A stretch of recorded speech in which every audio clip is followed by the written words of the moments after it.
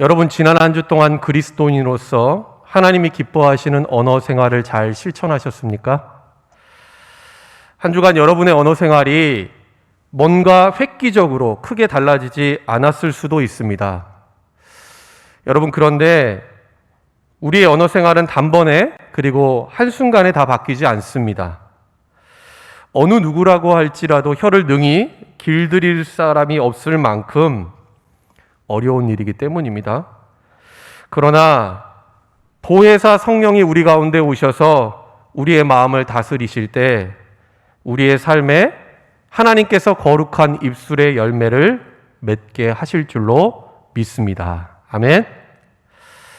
오늘 이 시간은 하나님의 자녀요 그리스도인으로 살아가는 우리가 이 세상 속에서 어떠한 삶을 살아야 하는가, 하나님께서 우리에게 진정 원하시는 세상과의 관계는 어떤 것인가를 야고보서 4장의 말씀을 통해 여러분과 함께 나누고자 합니다. 여러분, 인간의 역사는 끊임없는 전쟁의 역사라고 할 수 있습니다. 한 개인과 사회, 그리고 국가와 민족 모든 것들이 서로 뺏고 뺏기는 싸움과 다툼으로 점철되어 있기 때문입니다. 그런데 무엇보다 이와 같은 문제의 근본적인 원인은 바로 인간의 탐욕에 있습니다.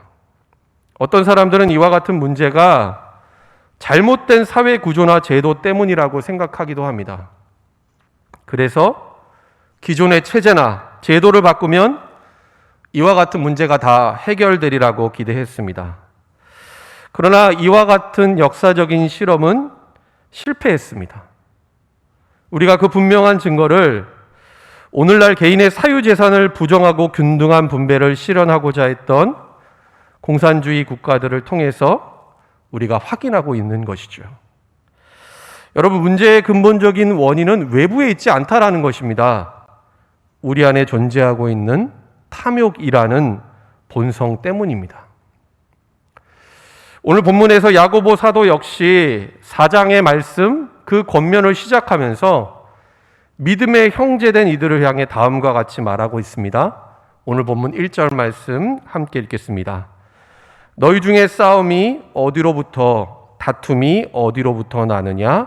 너희 지체 중에서 싸우는 정욕으로부터 나는 것이 아니냐 말씀합니다. 이 세상만 그렇지 않다라는 것이죠. 그리스도인으로 살아가는 너희와 교회 공동체 가운데에도 화평이 아니라 세상과 같은 갈등과 다툼이 일어나게 된다라는 것입니다. 그리고 그 원인에 대해서 무엇이라고 말씀하고 있습니까?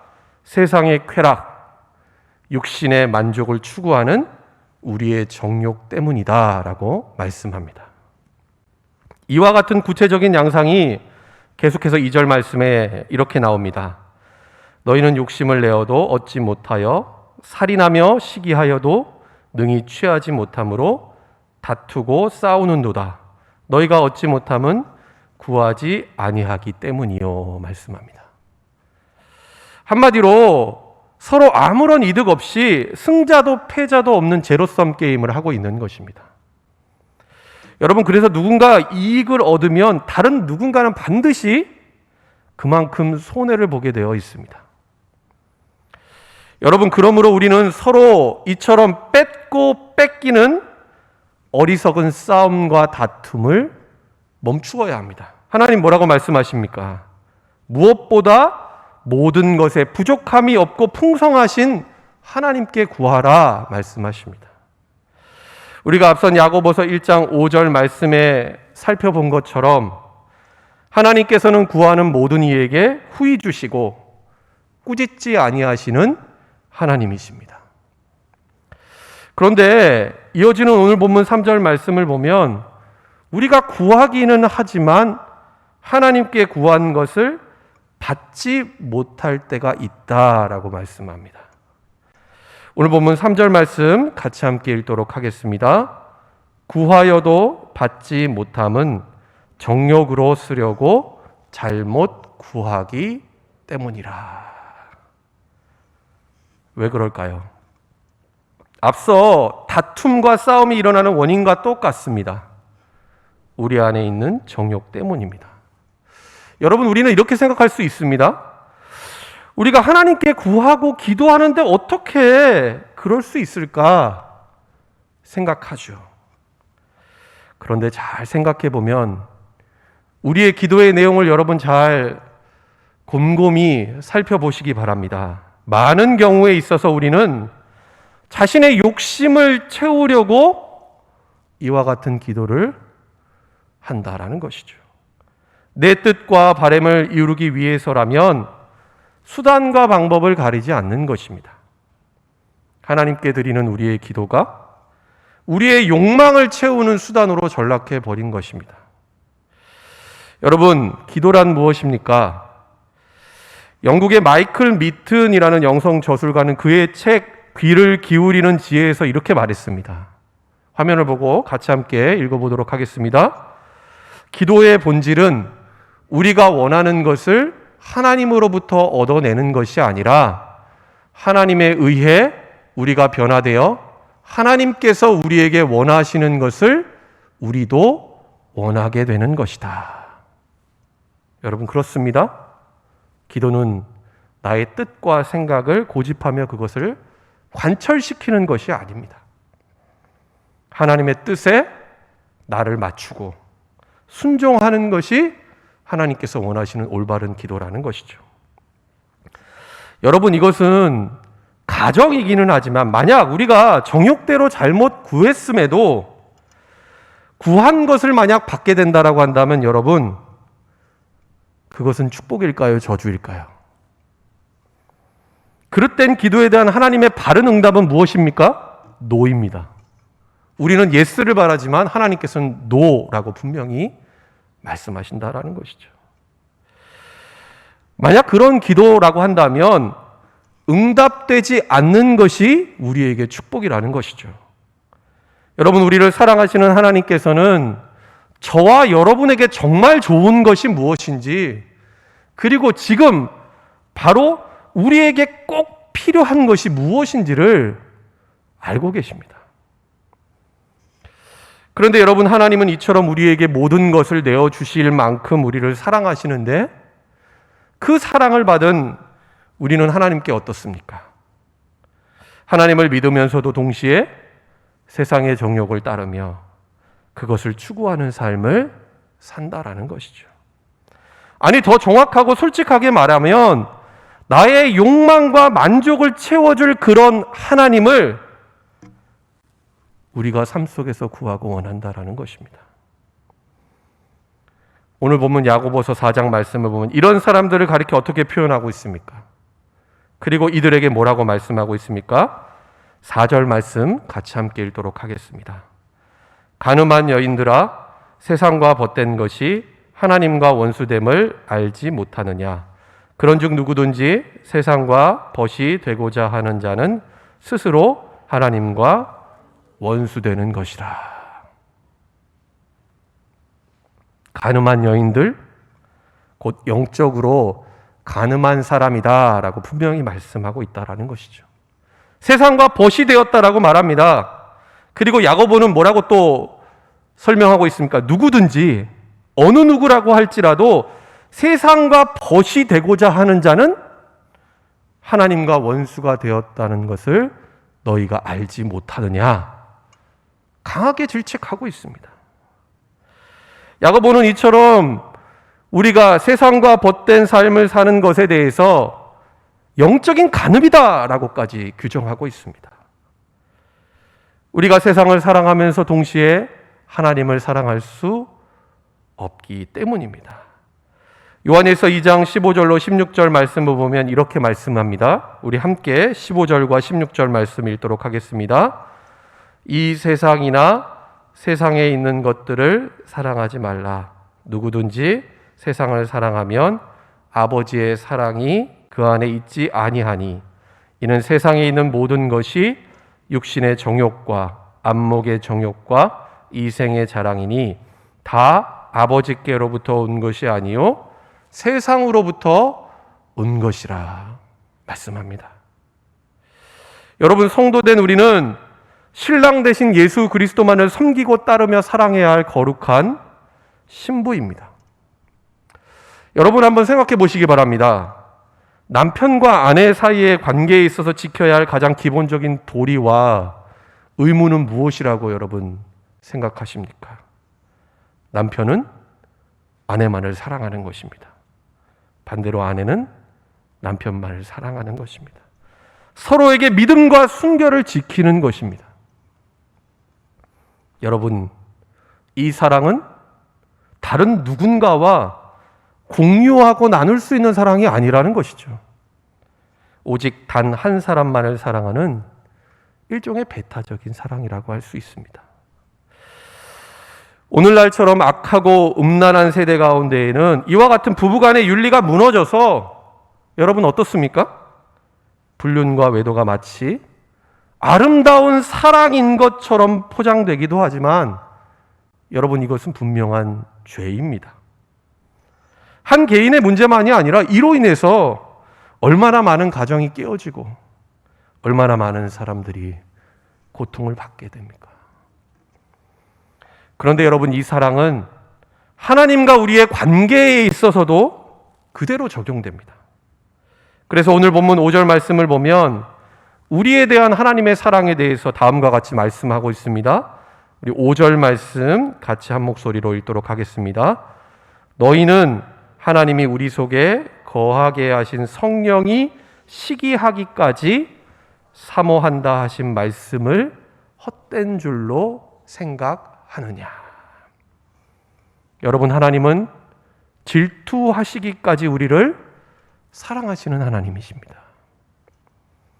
출애굽기 34장 14절 말씀을 보면 하나님께서 이스라엘 백성들에게 하나님이 아닌 다른 우상과 신들을 섬기지 말 것을 명령하시면서 다음과 같이 말씀하십니다. 출애굽기 34장 14절 말씀입니다.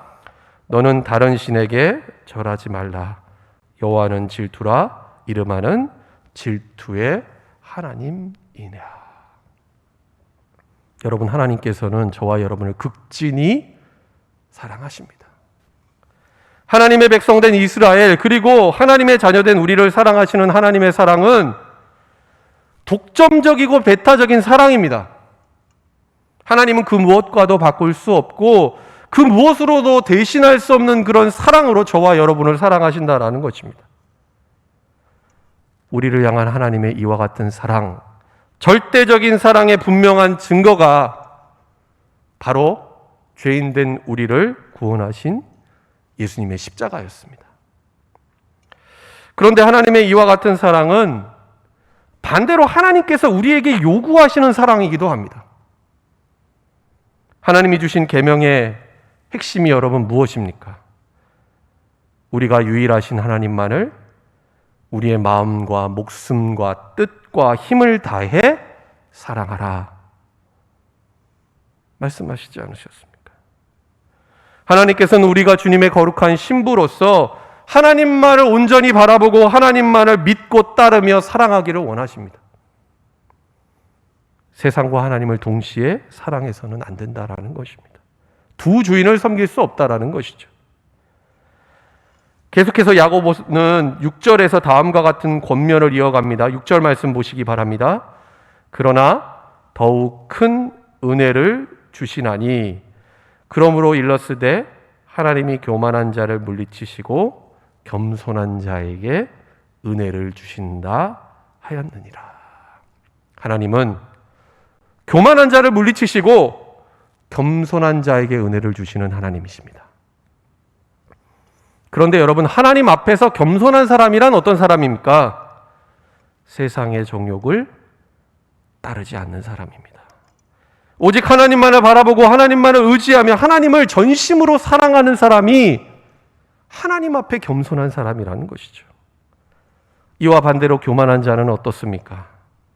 하나님을 떠나 세상 욕망과 즐거움에 빠져 사는 사람입니다. 하나님이 도대체 어디 계시냐?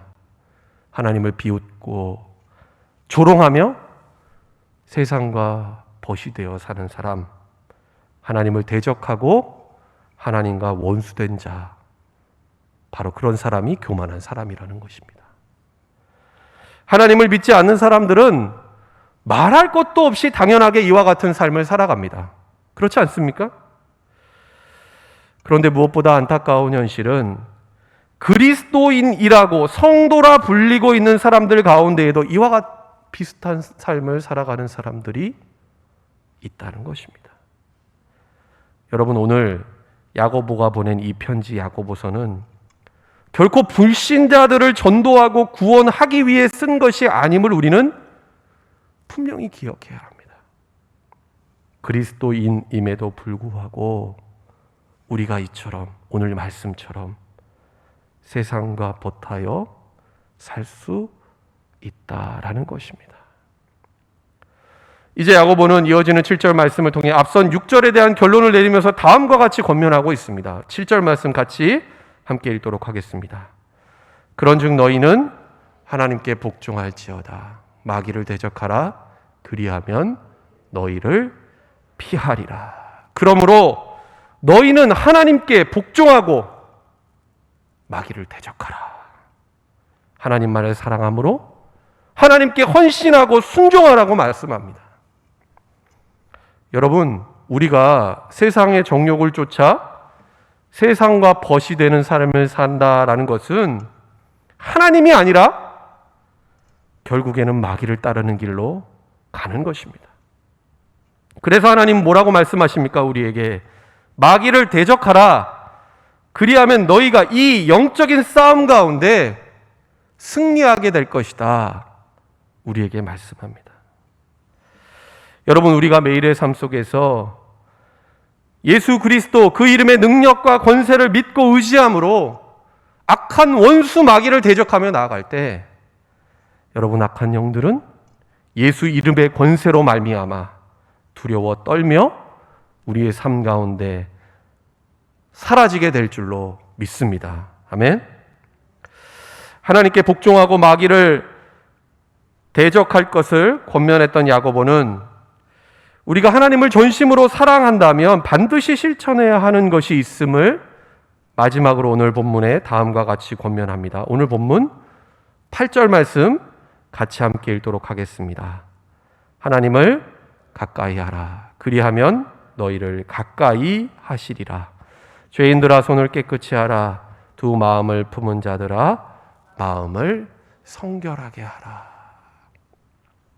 하나님을 가까이 하라는 것이죠. 그리하면 하나님께서 너희를 가까이 하시리라. 하나님께서 너희를 만나 주시리라 라고 말씀합니다. 여러분, 하나님께서는 우리를 사랑하십니다. 그리고 우리와 가깝고 친밀한 교제를 하나님께서 나누기 원하십니다. 구약의 출애굽기, 레위기, 민수기, 신명기 말씀을 보면 많은 여러 장에 있어서 성막과 관련된 내용이 나오는 것을 우리가 볼 수 있습니다. 그런데 하나님께서 출애굽한 이스라엘 백성들에게 성막을 지으라고 명령하신 데에는 분명한 이유와 목적이 있었습니다. 그것이 무엇이었습니까? 하나님께서 성막에 거하셔서 임재하심으로 거기서 이스라엘 백성들을 만나시고 뿐만 아니라 그곳에서 드리는 이들의 거룩한 제사를 통해 이들의 죄를 사하시기 위해서였습니다. 하지만 구약시대에는 죄 가운데 있었던 인간이 거룩하신 하나님 앞에 함부로 가까이 나아갈 수 없었습니다. 어떻습니까? 정해진 때에 구별된 사람이 하나님께서 명하신 제물을 가지고 규례대로만 하나님의 임재 앞에 가까이 나아갈 수 있었습니다. 그러나 오늘 저와 여러분은 어떻습니까?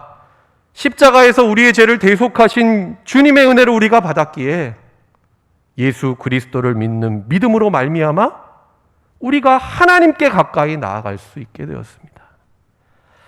사도 바울은 에베소서 3장 12절 말씀에 다음과 같이 말씀합니다. 3장 12절 말씀 함께 읽도록 하겠습니다.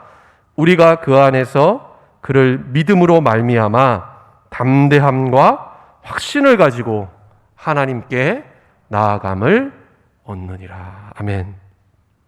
우리가 예수 그리스도를 통해 하나님의 긍휼하심을 받았다라는 것이죠. 그러므로 은혜의 거룩한 보좌 앞에 가까이 나아가 하나님을 만날 수 있는 그 길이 우리에게 열리게 된 것입니다. 여러분, 그런데 우리가 하나님을 가까이하고 하나님께로 나아간다라는 것은 이제 우리가 죄악된 세상을 멀리하고 세상과 벗이 되는 삶에서 돌이키는 것을 의미합니다. 그래서 오늘 본문 가운데 야고보는 이들에게 다음과 같이 권면하고 있죠. 죄인들아, 손을 깨끗이 하라. 두 마음을 품은 자들아, 마음을 성결하게 하라. 권면합니다. 우리의 죄를 진실하게 주님 앞에 회개함으로 그리스도의 보혈을 통해 죄 씻음을 받고 우리의 마음을 세상이 아니라 거룩하신 하나님께로만 향하게 하라라고 권면하고 있습니다. 그렇다면 우리가 어떠한 심정으로 주님 앞에 회개해야 할까요? 오늘 본문 9절 말씀에 나와 있습니다. 9절 말씀 함께 읽겠습니다. 슬퍼하며 애통하며 울지어다. 너희 웃음을 애통으로, 너희 즐거움을 근심으로 바꿀지어다. 무슨 말입니까? 세상과 벗하는 삶을 살았던 죄악된 자신의 실체를 하나님 앞에서 똑바로 보고 우리의 가슴을 치며 주님 앞에 애통하고 주님 앞에 통회하며 자복해야 한다는 것입니다. 우리의 정욕을 쫓아 세상이 주는 달콤하고 일시적인 즐거움과 육신의 만족에 취해 있지 말고 하나님 앞에 우리의 마음을 찢고 탄식하며 근심하는 것입니다. 하나님께서는 세상과 벗하는 삶을 삶으로 하나님과 원수되었던 우리를 향해 이제 주님께로 돌아오라 라고 말씀하십니다. 우리 안에 스스로 높아지려고 하는 교만, 헛된 세상 정욕을 버리고 하나님 앞에서 겸손하게 낮추면, 진실하게 회개하고 주님께로 돌이키면 하나님께서 우리를 높이실 것이다 라고 오늘 본문 가운데 말씀하고 있습니다. 오늘 본문 마지막 10절 말씀 함께 읽겠습니다. 주 앞에서 낮추라. 그리하면 주께서 너희를 높이시리라. 아멘. 하나님 앞에서 겸손하게 낮추면 썩어 없어질 세상의 헛된 영광이 아니라 하나님께서 우리를 높이셔서 하나님의 거룩하고 찬란한 영광과 존귀가 우리의 삶에 나타나게 하신다라고 하나님 말씀하십니다. 사랑하는 여러분, 우리는 오늘 이 말씀 앞에서 과연 어떠한 삶을 지금 살고 있습니까? 구원받고 천국 가기 위해서 하나님을 믿고 있지만 우리의 마음속에는 이 땅에서 사는 날 동안에는 우리의 정욕이 이끄는 대로 세상과 벗하여 살기를 원하는 그런 마음이 우리 가운데 있지는 않습니까?